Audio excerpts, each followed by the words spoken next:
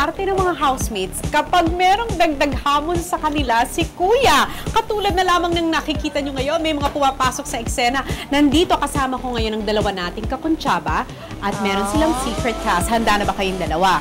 Yes, ready. Okay, tayo-tayo lang ang nakakaalam nito. So, paano nga kayang matatawid ng mga housemates ang eksena kung ang kunwaring dalawang hotel guest na kasama natin ngayon ay biglang papasok at tatawagin ng mga housemates sa kanilang pangalan at magpapapicture?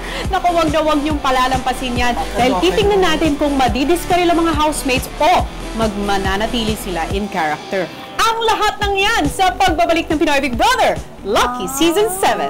Iba talaga ang titig ng pag-ibig. Ayun na nga ang sinabi ni Direk Rory kanina nung bumisita siya dito. Merong abangan na challenge mula kay Kuya. At yun na, in-explain ito ni parang may sasabotahe sa eksena. Nakakaloka si Kuya. Nakakaloka talaga. Hindi pa ba mahirap yung umarte ng mga? Titingnan natin kung paano nga mag-react ang ating mga housemates. Pero isa pang mapapansin natin, no, paano ang mga magiging eksena ni Elise at ni McCoy mamaya kung basang-basa sila galing sa pool.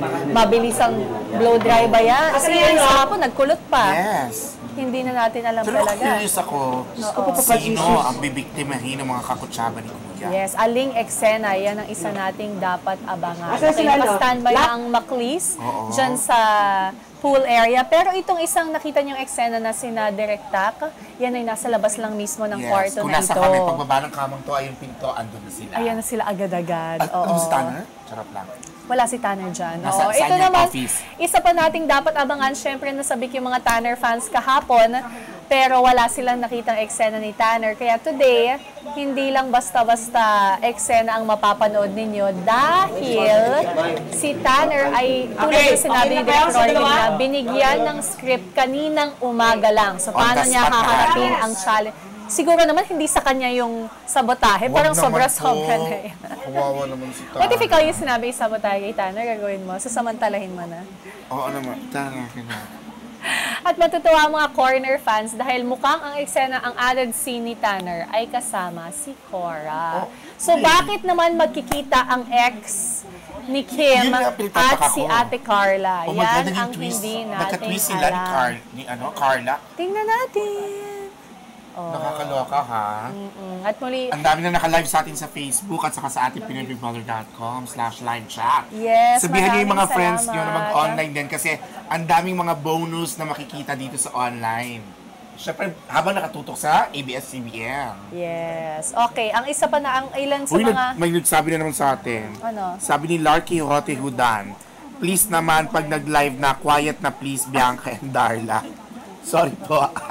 Sabi po sa amin, tete, hindi, ganun talaga. Magkakwento lang kami. O sige, we will try our very best. Sabi ni Iris Roquero Mama, my God, natakot ako dun sa dalawang karakter na biglang papasok sa eksena. My God, sana maitawid ng housemate, lalo na ang Maclis. Sabi ni Charmaine Pamplona Serrado, ang ganda ng naisip na hamon ni Kuya. I can't wait to see Tanner. Ikaw yata nag-ano yan, Ay, hindi ako ikaw yan. yata nag-message yan. Oo. At ito na, makikita na natin ang unang eksena ni Aaron sa kanyang pagiging hotel staff, kung saan bossing niya si Maymay. In fairness ha, kahit ganito yung boses ko, sabi ni Ems Patingo Prias, hello Bianca and Ma'am si Darla, mas malakas pa boses nyo sa live. Pwede po ba minimize your voice? Inaan konti. Hindi ko marinig ang linya ng Dream Team. Huhu, maawa naman kayo kasi live to. Sorry po, sorry.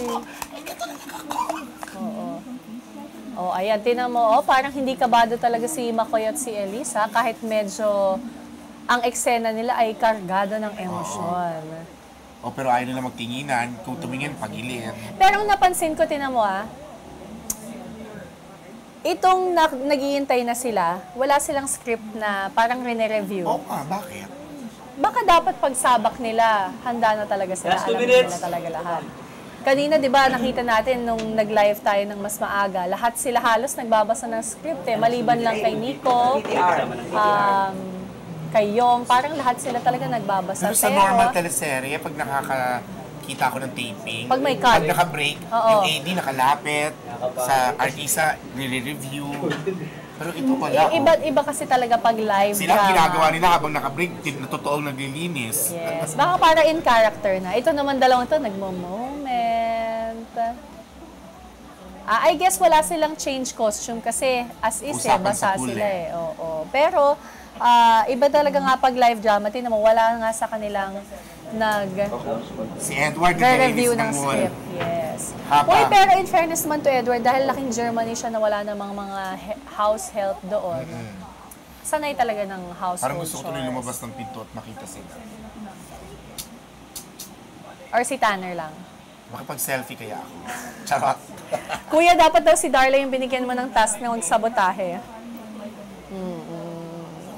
Makipag-selfie kaya ako. Uy, teka lang. Yung hindi rin alam ni Kuya. Ano? Papasok ako. Hindi alam ni Kuya, hindi alam ni Direk Rory, hindi alam ng PBB. Ano? Papasok. Ayan. Ayan na. May nagsisigawan na sa behind the scenes. Uy, pero kung mapapansin nyo, kahapon, pagkatapos ng body one, may nagpalakpakan. Today, wala. Wala 10 pang seconds na lang, palakpakan. Ang susunod na eksena ay magiging sina Aren at Ikay. 7, Live na tayo. 5, to VTR, 4, 3, Gawa ni 2, and VTR. PBB would like to thank our sponsors. Sponsors Mabe pala. Appliances. Teka lang naman. Thank you to our sponsor. 30 seconds. 1987. Like us on Ang sarap Facebook, ng ginawang Mabe si Genie Tony, Partner. Rocket Ship Creative Design Lab. For inquiries, visit www.rocketshipdesigns.com. SB Furniture, Modern Lifestyle Furniture. Purple Kite Studios by Jason and Joanne Arquiza. Donna Eto na, Venetia eksena Hotel in ni Quezon Aaron City. at Ikay. For inquiries, call Ginagawa lang nila ang actual 332-1658. action para Rock pag Crown live Design go na. Center. Azumi Boutique Hotel in Alabang. For Eto inquiries, na, call live drama, 869-9888. Ang dali lang pala ang trabaho mo eh. Ma'am? Aba, kung ganito ka lagi, magiging mabuting teacher ako sa'yo. Oh, bring it on! Talaga, maghanda ka na dahil lilinisin natin ang buong hotel. What? Buong hotel? Oh, akala ko ba? Bring it on.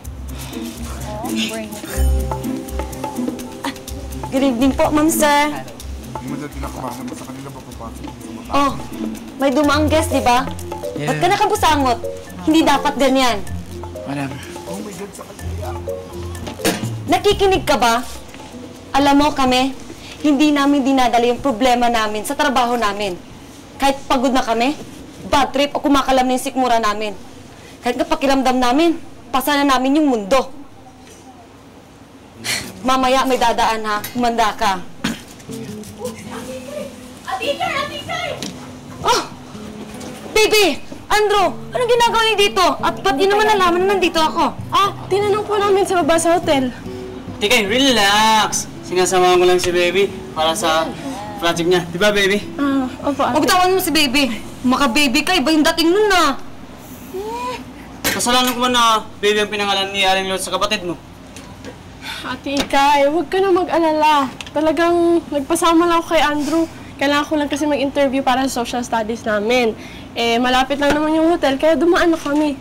Kapag ako niloloko niyo, sus, naku, ikaw talaga, Andrew, tatadta rin kita parang sisi. Pag nagkataon niya, yun ang pinakamasarap na sisig in the whole world.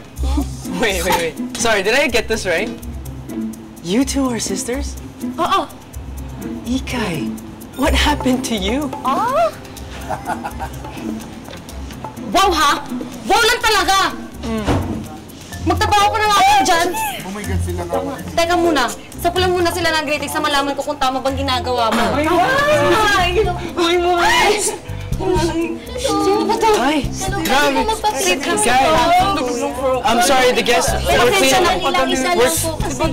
we're cleaning at the moment, I'm sorry. Pasensya na po ha. Is this your room? Is this your room? Halika na nga, magtrabaho na tayo. Look, we gotta go. Sorry, ma'am, we have sir, we have work Pasensya now. na po ha.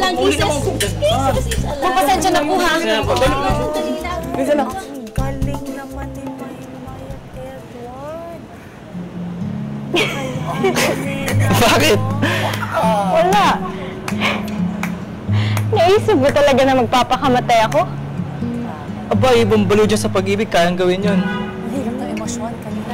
Bakit ikaw ba? Naisip mo na yun? Munti ka na. Ilang beses na rin akong sinaktan tsaka pinaasa ng mga babae, no? Lately lang ako unting-unting nakalimot sa last heartbreak.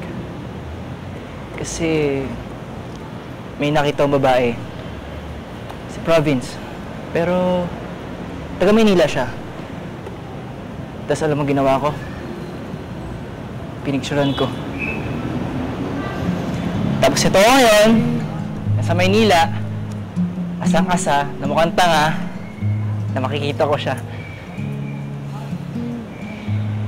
Nahanap mo naman ba?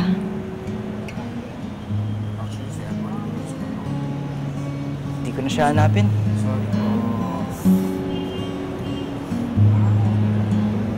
May nakita na kasi ako. Mas maganda.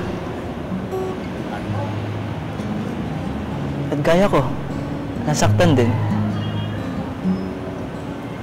Naniniwala kasi ako, yung mga tao nasaktan na, pag nagmahal ulit yan, hindi gagawin saktan yung bagong minamahal niya. Yun ay kung handa siya sumugal ulit. Hindi ko alam kung kaya ko na o kung kaya ko pa. Bakit naman hindi? Kim, ang puso, pag paulit-ulit nasaktan yan, hindi makapagod magmahal.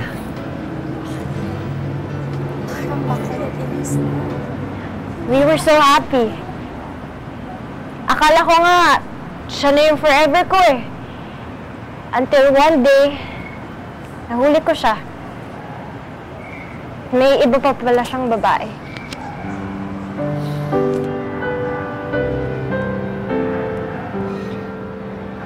Halika nga! Alam mo, pag broken-hearted ako, sinisigaw ko lahat ng sama na loob ko. Ay, ito na yung seat of your happiness. Mga hayop kayong manloloko kayo! Ano? Ikaw naman? Ako? Ayoko nga! Nakakahiya! Ano nakakahiya? Wala naman tao dito eh. Please na. Ito. Mga babae na nakit sa akin! Ako pala sinayang niya! Oh! Kim! Kim! I hate you! I hate you, Mark! Manloloko ka!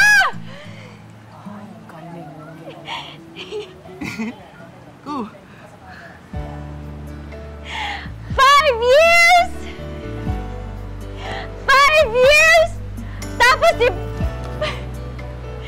ipagpapalit mo lang ako!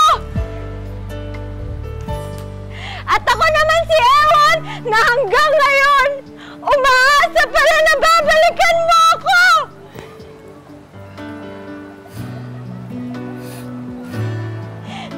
Ang tawa ko! Ang tawa-tawa ko!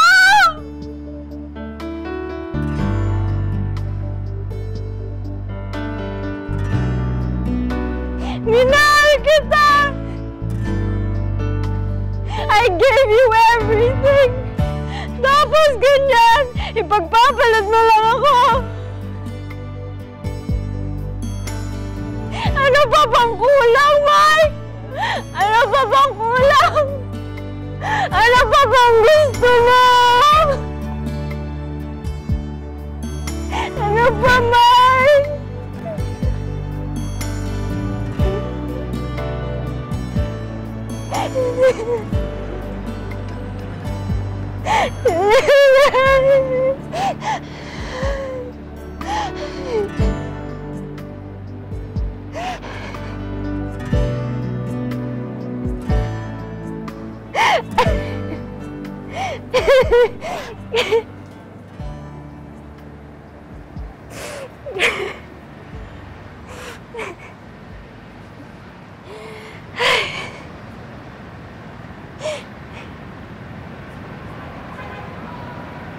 Thank you.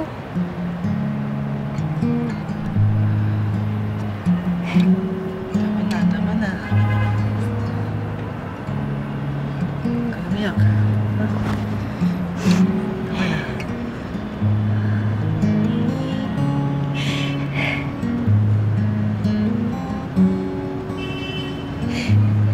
Ay, naku naman, Maclis! Bigay na bigay talaga kayong dalawa sa eksena. O, nakita nyo naman, tumodo ang ating